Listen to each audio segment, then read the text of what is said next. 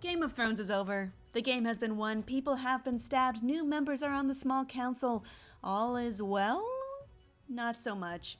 Game of Thrones left a lot of loose ends and unfinished stories. A lot. But we'll try to distill it down to just 5. Spoilers ahead! We've all noticed the breakneck speed for shortened seasons 7 and 8. When you might have seen a character stop on the King's Road for a travel episode, now they're just magically at their destination somehow. My point is, a lot of slow burn and development got lost along the way, so may we present Game of Thrones' biggest questions that will never be addressed. First, we have one of the smartest players in the game, Varys, and no, I'm not going to talk about whether or not he was a merman.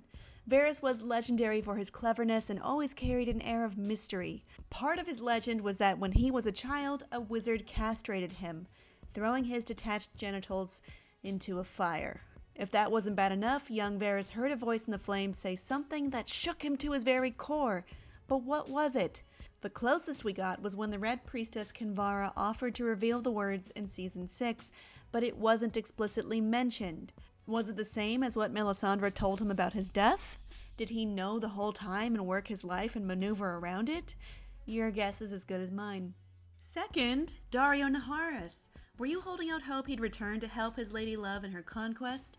Daenerys never even thought to call him when she faced distressingly even odds against Cersei's forces. Also, where does he stand now that she's dead? Is he the new de facto ruler of Meereen and Slaver's Bay? Speaking of missing formerly beloved characters, I was hoping to see Jaqen Hagar come back. It seems like the House of Black and White plotlines fell away, along with our hope someone would peel off their face to reveal Jaqen, and perhaps a deeper infiltration of the Faceless Men, or maybe making Arya see some actual consequences for rejecting the no-one identity and taking back her own. I think I would have settled for Arya using the face peel trick one last time in Season 8 even, but it wasn't to be. Next, Cersei owed a lot of money to the Iron Bank. Seriously, a lot. We put up with boring financial transaction scenes for the setup, but it seems the Lannisters won't be paying their debts this time. Where has the bank been? Are they going to foreclose on the rubble? Attack the new king? Who's going to pay up? Tyrion? Bran? Which brings us to our 5th point. Why is Bran Master of Coin? Bran is Lord of Highgarden now through some wheeling, dealing, and somehow not getting executed for sneaking into Winterfell with a crossbow, but it wasn't that long ago that he needed Tyrion to explain what a loan was.